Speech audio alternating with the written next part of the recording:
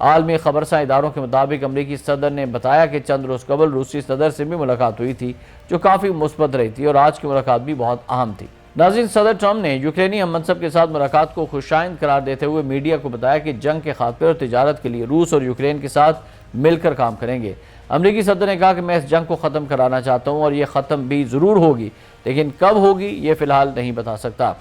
Trump نے مزید کہا کہ مجھے جنگ بندی اس لیے پسند ہے کہ اس سے فوری طور پر لوگوں کی جانیں بچ سکتی ہیں، بجائے اس کے کہ 1 یا 2 ہفتے مزید لڑائی جاری رہے، لیکن اس کے ساتھ ساتھ ہمیں ایک بڑے امن معاہدے پر بھی کام کرنا ہوگا۔ انہوں نے کہا کہ اگرچہ وہ چاہتے ہیں کہ جنگ رک جائے، لیکن جنگ بندی کبھی کبھی کسی ایک فریق کے لیے اسٹریٹجک نقصان دہ بھی ہو سکتی ہے، کیونکہ اس دوران دوسرا فریق دوبارہ منظم ہو کر اپنی فوجی طاقت بحال کر لیتا ہے۔ امریکی صدر ڈونلڈ ٹرمپ نے کہا کہ اس لیے میں اچھی طرح سمجھ سکتا ہوں کہ کیوں بعض ممالک جنگ بندی نہیں چاہتے، کیونکہ وہ سوچتے ہیں کہ مخالف دوبارہ طاقتور ہو کر پلٹ آئے گا۔ ٹرمپ نے اس موقع پر فخری انداز میں یہ بھی کہا کہ میں نے مئی میں بھارت اور پاکستان کے درمیان سیز فائر کرانے میں اہم کردار ادا کیا تھا۔ صدر ٹرمپ نے ولادیمیر زیلنسکی کے لباس کی تعریف کرتے ہوئے میڈیا کے ذریعے یوکرینی عوام کے نام خیر سگالی کا پیغام بھی دیا۔ ڈونلڈ ٹرمپ نے ایک بار پھر اپنی بات دہرائی کہ اگر میں اس وقت صدر ہوتا تو کبھی روس اور یوکرین کی جنگ شروع ہی نہ ہونے دیتا۔ ناظرین، ٹرمپ نے سابق صدر جو بائیڈن کو تنقید کا نشانہ بناتے ہوئے روس اور یوکرین جنگ کا ذمہ دار بھی قرار دے دیا۔ ادھر دنیا کی نگاہیں جب وائٹ ہاؤس پر جمی ہوئی تھی، جہاں ایک غیر معمولی اور تاریخی ملاقات میں امریکی صدر ڈونلڈ ٹرمپ نے ولادیمیر زیلنسکی کو یوکرین کا نئی جغرافیائی حدود کا ایک نیا نقشہ بھی پیش کر دیا، جو بظاہر روس کے ساتھ ممکنہ امن معاہدے کی بنیاد بن سکتا ہے۔ بین الاقوامی میڈیا رپورٹس کے مطابق اوول آفس میں ہونے والی اس اہم ملاقات میں فرانسیسی صدر ایمانوئل میکرون، یورپی یونین اور نیٹو کے اعلیٰ حکام بھی شریک تھے۔ ملاقات میں ٹرمپ نے وہ نقشہ پیش کیا جس میں یوکرین کا تقریباً 20% علاقہ جو اس وقت روسی کنٹرول میں ہے گلابی رنگ میں نمایاں کیا گیا تھا۔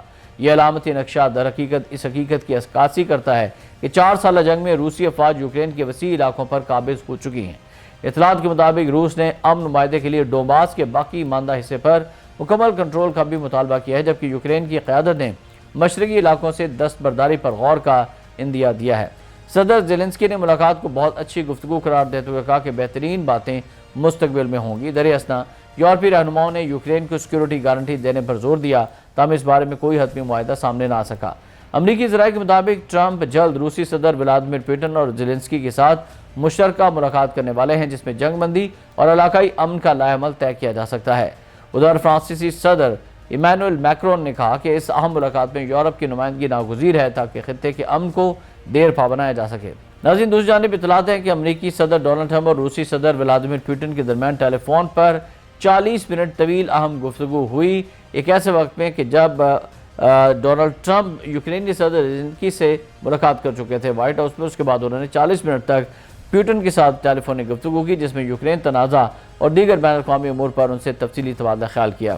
یہ بھی ذرائع کا بتانا ہے کہ صدر پوٹن نے صدر ٹرمپ کو آگاہ کیا کہ وہ یوکرینی صدر زیلنسکی سے ملاقات کے لیے تیار ہیں، جبکہ یہ اہم ملاقات اگست کے آخر تک ہو سکتی ہے۔ امریکی صدر نے پوٹن کو زیلنسکی اور یورپی رہنماؤں سے ہونے والے حالیہ بات چیت سے بھی آگاہ کیا۔ ٹرمپ کا کہنا تھا کہ پوٹن جواب تلاش کرنا چاہتے ہیں اور ہم پر امید ہے کہ وہ جلد یوکرینی قیدیوں کو رہا کریں گے۔ ٹیلی فونک رابطے میں دونوں صدور نے اس بات پر بھی اتفاق کیا کہ یوکرین کے علاوہ دیگر عالمی امور پر بھی رابطے جاری رکھے جائیں گے۔ دوسری جانب یوکرینی صدر زیلنسکی نے امریکی میڈیا سے بات کرتے ہوئے کہا کہ صدر ٹرمپ سے بہت اچھی بات ہوئی، تاہم بہترین بات مستقبل میں ہوگی۔ ناظرین، ذرائع کے مطابق یوکرین نے امریکہ سے سیکیورٹی ضمانتوں کا مطالبہ دہرایا ہے، جبکہ رپورٹس کے مطابق یوکرین $1.2 ارب مالیت کا امریکی اسلحہ خریدنے کا ارادہ بھی رکھتا ہے۔ یوکرینی حکومت کا موقف ہے کہ تنازع کے دوران روس کے زیر قبضہ علاقوں کا کنٹرول کسی صورت نہیں چھوڑے گا اور امن معاہدے سے قبل جنگ بندی اور تنازع کا ہر جانہ روس کو ادا کرنا ہوگا۔ دوسری جانب یہ بھی اطلاعات ہے کہ روس نے یوکرین میں نیٹو امن فوج کی تعیناتی کی تجویز کو مسترد کرتے ہوئے واضح کر دیا کہ ایسی کسی بھی پیشکش کو روس قبول نہیں کرے گا جس میں یوکرینی فوج کے ساتھ نیٹو افواج شامل ہوں۔ ناظرین، عالمی میڈیا کی توسط سے تفصیلات سامنے آئی کہ امریکی صدر ٹرمپ نے روسی صدر ولادیمیر پوٹن سے جو 40 منٹ تک ٹیلی فونک گفتگو کی، روسی صدر کے مشیر یوری اوشاکوف کے مطابق یہ بات چیت بے تکلف اور تعمیری تھی۔ اس دوران صدر پوٹن نے اندیہ دیا کہ وہ یوکرینی صدر ولادیمیر زیلنسکی سے ملاقات کے لیے تیار ہیں اور یہ ملاقات اگست کے آخر تک ہو سکتی ہے۔ ذرائع کے مطابق صدر ٹرمپ نے یوکرینی صدر زیلنسکی اور یورپی رہنماؤں سے وائٹ ہاؤس میں ملاقات کے بعد ہی روسی صدر کو ٹیلی فون کیا تھا۔ امریکی صدر نے ان ملاقاتوں کو انتہائی مفید قرار دیا اور کہا کہ یورپ کے مختلف ممالک امریکہ کے ساتھ ہم آہنگی کے ساتھ یوکرین کے لیے سیکیورٹی یقین دہانیاں فراہم کر دیں گے۔ امریکی میڈیا کے مطابق صدر ٹرمپ نے تجویز دی تھی کہ یورپی قیادت میں ایک امن فوج یوکرین میں تعینات کی جائے تاکہ روس دوبارہ حملہ آور نہ ہو سکے۔ اس موقع پر امریکی صدر نے واضح کیا کہ یورپ اولین دفاعی لائن ہے، لیکن امریکہ بھی اس عمل میں یورپ کی بھرپور مدد کرے گا۔